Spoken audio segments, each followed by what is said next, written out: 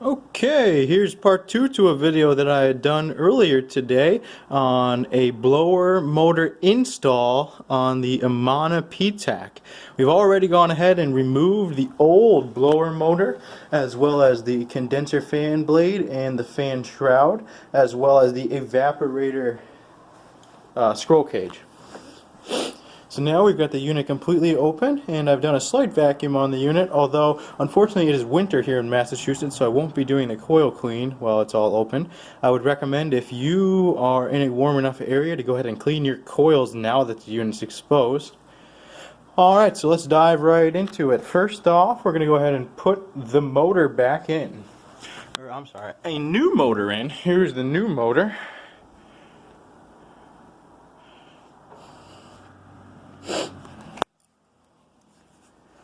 Alright, so the motor is orientated so that the nameplate is visible from the front of the unit, meaning that this shaft here in the front is the front shaft, and this shaft with my hand on it is the rear.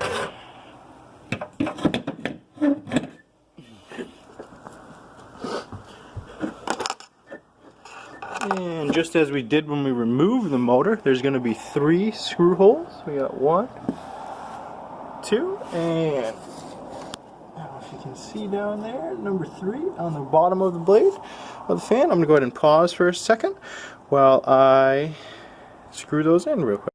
We're going to go ahead and tighten those up all the way. Always turning clockwise when you're tightening.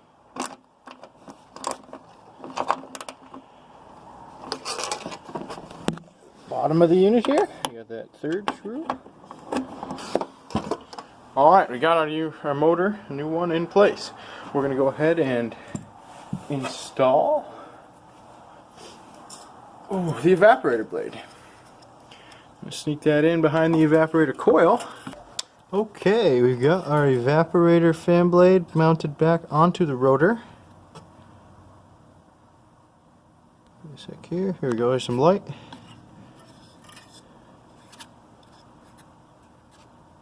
And if you can see, that smaller slot on the plastic goes on the flat part of the rotor. So that part on top goes on the flat part of the rotor. Then what we're going to go ahead and do is we're going to put our retaining clip back on. Okay, so we got the retaining ring onto the scroll cage wheel, but we did not tighten the retaining ring yet. What we're going to go ahead and do next is I'm going to bring the electric heater in order to make sure I have the proper clearance behind the cage as well as in front of the cage, in between the electric heater and the cage.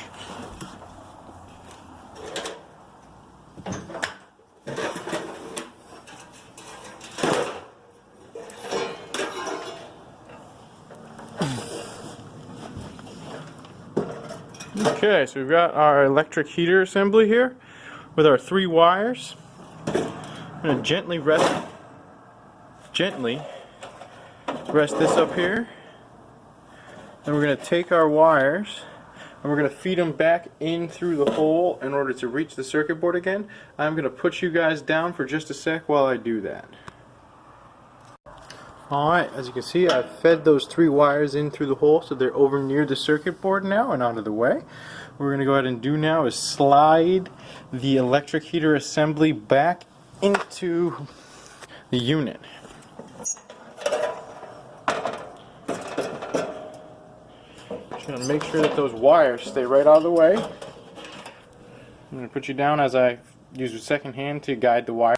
Okay, as you can see, all the wires, we got our 2 brown wires and our 1 yellow sensor. I've made it back over by the control board, and the electric heater is now mounted. So what we're going to do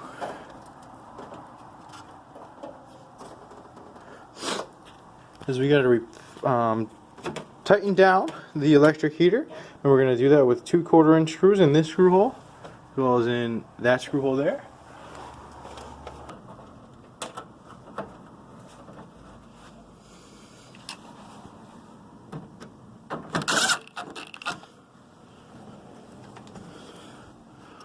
Alright, as you can see, or hopefully you can see at least, have a very small gap between the electric heater and as well as between the rear of the unit. We're just going to make sure that spins freely.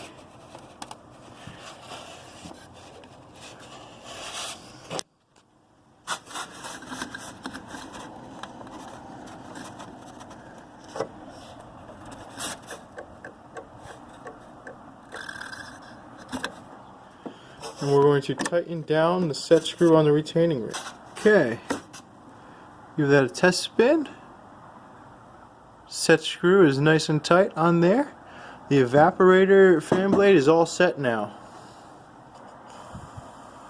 Connect the fan shroud around the blower motor onto the condenser coil. Alright, so I got my fan shroud and it orientates with these clips and the screw hole in the top right hand corner.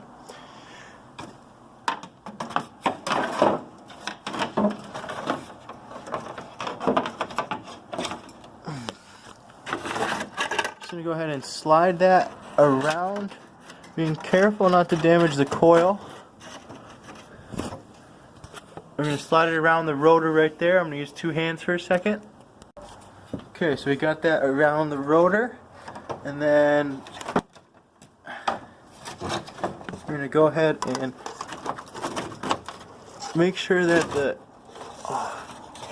refrigerant line that runs in the condensate pan lines up into this little slot right there, so it's not in your way. Then you go ahead and you're going to make sure that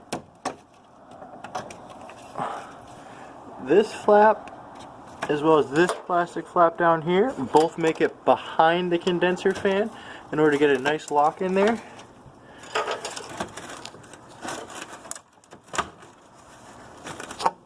As you can see, that slid right in there. Then on this side, we're going to go ahead and make sure that the shroud locks right around this screw here and lines these screw holes up for us. I'm going to place it down while I get that. Okay, so the proper alignment of our condenser shroud will have this screw hole here to screw in, as well as these two screw holes here. We're going to grab our 1/4 inch screws, as well as our 1/4 inch driver, or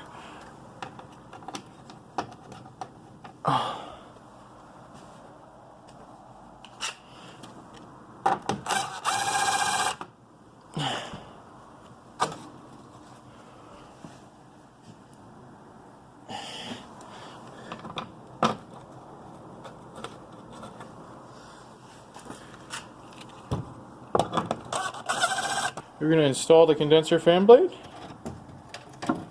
The blade orients with the flat face facing in.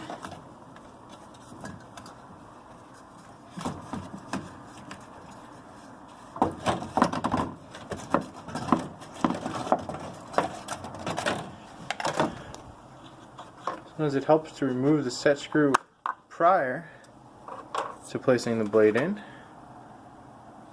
Excuse me, this top piece here with the flat side of the rotor. Okay, we've got our condenser fan blade orientated onto the rotor, and we're going to go ahead and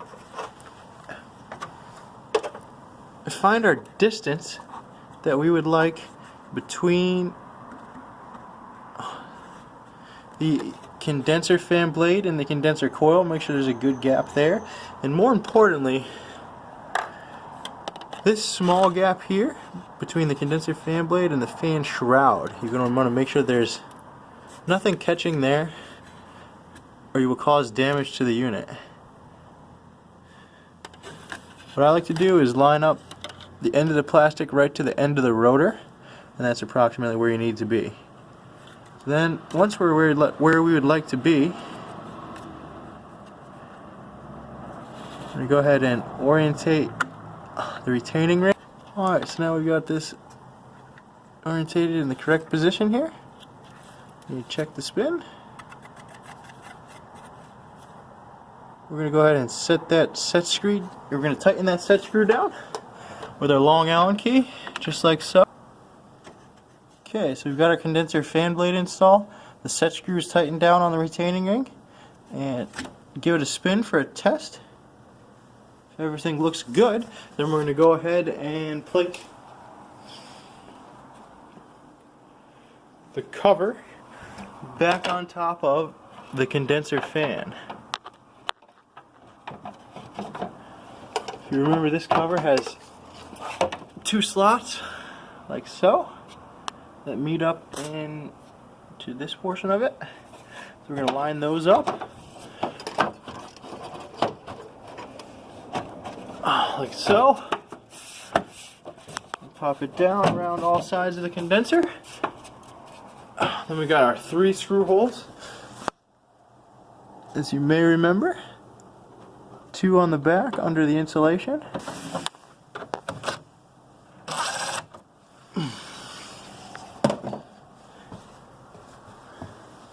And then, as we talked about previously in the video, now that we've got the fan shroud and the cover on, we're going to go ahead and place this screw here, which we need to drive in with a 1/4-inch socket due to clearances. Okay, so I've got my 4 wires fed in from the blower motor.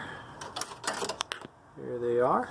As well as I have my 3 wires fed back in from the electric heater, and here they are. We're going to go ahead and pack some insulation back around that connection, and then we're going to make some wire connections. I have a little bit of damage to one of my terminals, so I'm going to add a new terminal to this wire as well during the break. Okay, I've made a repair to my terminal, and now we are ready to make our connections. So we got our brown heating wires for heater relay 1. Excuse me, the heater relay 1 right there, and heater relay 2 right here. And then as well, we have our yellow indoor temperature sensor. It's going to go right there, yellow IDT. That leaves us all set there on the heater. Next up, we're going to go ahead and connect our motor connections. We got our white and our brown wires, so we're going to go over to our capacitor.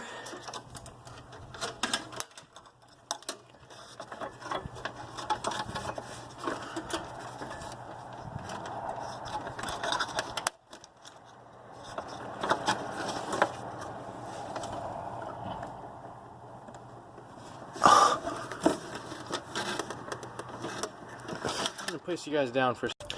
Okay, so you might be able to see down there we've got our white wires and our brown wire connected to our capacitor, and then we're going to take our fan speeds. Excuse me. Okay, we're going to connect our high and low fan speeds. We got a red and a black wire. If you're unsure which wire is which, you should have a diagram here on the motor, and it looks like black is high and red is low. So then we're going to go ahead and take the red wire, connect it to right here.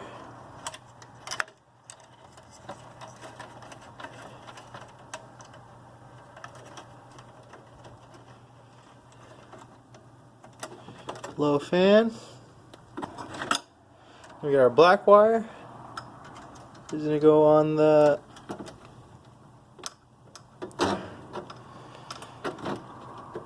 high fan. Now we're ready to go ahead and button up the wire compartment here. We've made all of our connections for both the electric heat and for the blower motor, so I'm just going to push some of these wires out of the way. Make sure they all hook back there.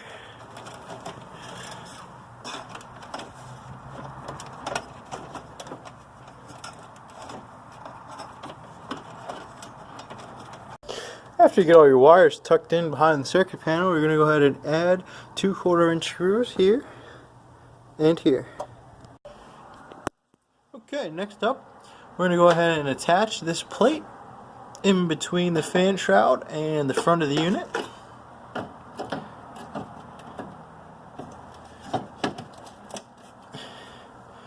You push those clips in like so, and force them in so that they're, excuse me, I'm going to need two hands to do this for a second actually. You want to get those clips nice and forced in there. And we're going to go ahead and attach the two screw holes there and there. We've got that rigidly attached plate here. Next thing up, we're going to go ahead and grab our 5/16 nut driver. And our 5/16 nuts. And we're going to reattach the grate. The grate just slides in on the top there. You grab that one little clip there, and then you put your screws in on either side.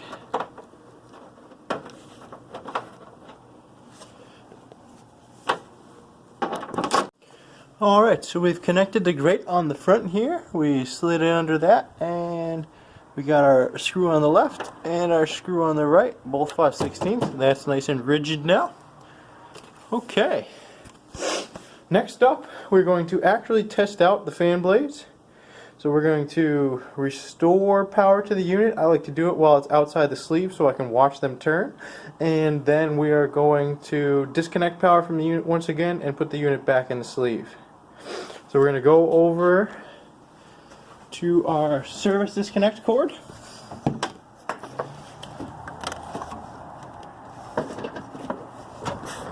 going to plug that in.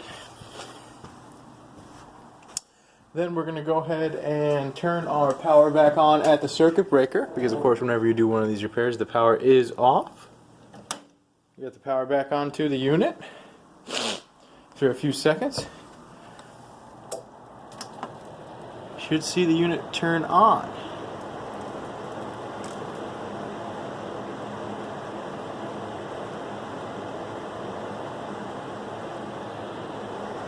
And it looks like our blades are both turning well.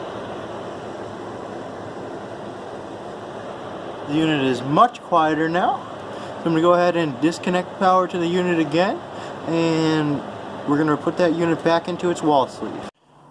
Okay, we've got our PTAC disconnected from the service outlet as well as disconnected from the circuit breaker now, and we're going to slide it right back into the wall sleeve. Again, this PTAC is relatively heavy and you may need to grab a partner to help you get it back in the wall sleeve. I do not have a partner, so I'm going to pause the video for a sec as I get this unit back into the sleeve.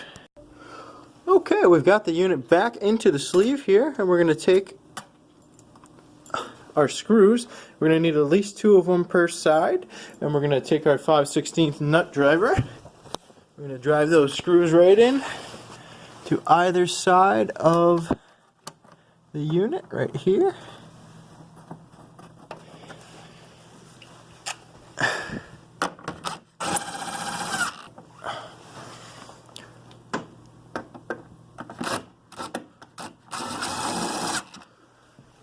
Okay. Now that we've got the unit back in position, all back together, and still disconnected from your power source, it'd be a good time to go ahead and straighten up those fins on your evaporator coil if you have damage to them like I do here. And it'd be a good time to go ahead and clean up any debris that was on the front of the coil if you didn't already do so as well.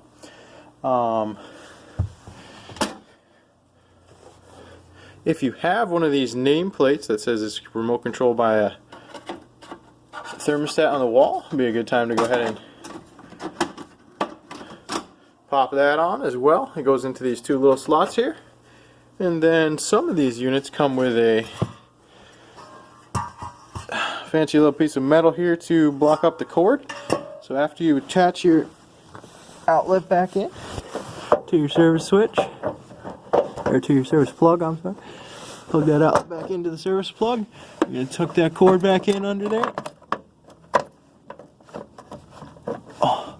Now would be a good time to add in your metal panel as well. And then what you'd want to do is restore power to the unit. You're going to make sure that your unit has this switch on your board. Make sure that your service outlet is plugged in. You're going to go ahead over to your breakers. You're going to turn the unit back on. Now we've restored power to the unit. We're going to take this unit and we're going to run it on the cool setting, high fan. We're going to call for cooling. This unit should kick back on in just a moment, and we're going to go ahead and do another decibel reading with our handy dandy reed sound instrument here. See what the after motor replacement is.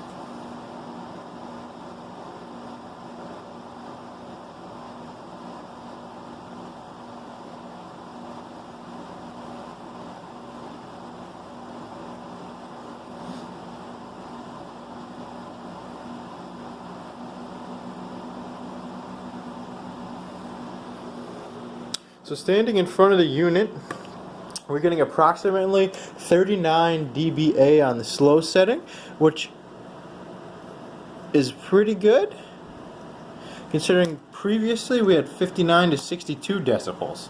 So we're dropping down nearly 23 decibels, which should help keep the customer, satisfied. Next thing to do would be to go ahead and, assuming you've already done your coil and you put your cover back on, you're going to go ahead and slide the plastic cover back onto your Amana PTAC.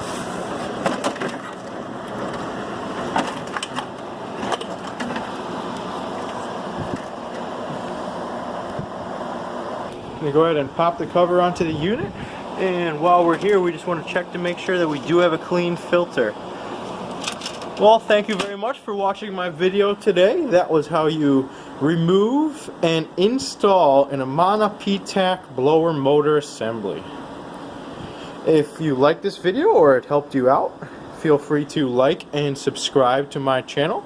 I'm new to making handyman videos and heating, ventilation, air conditioning videos, and I'd appreciate any tips you have for me or any comments. Go ahead and do that. If you'd like, head on over to We Really Remodel at facebook.com and like us on there too. We will be posting some handy tips as well as some videos like this in the future.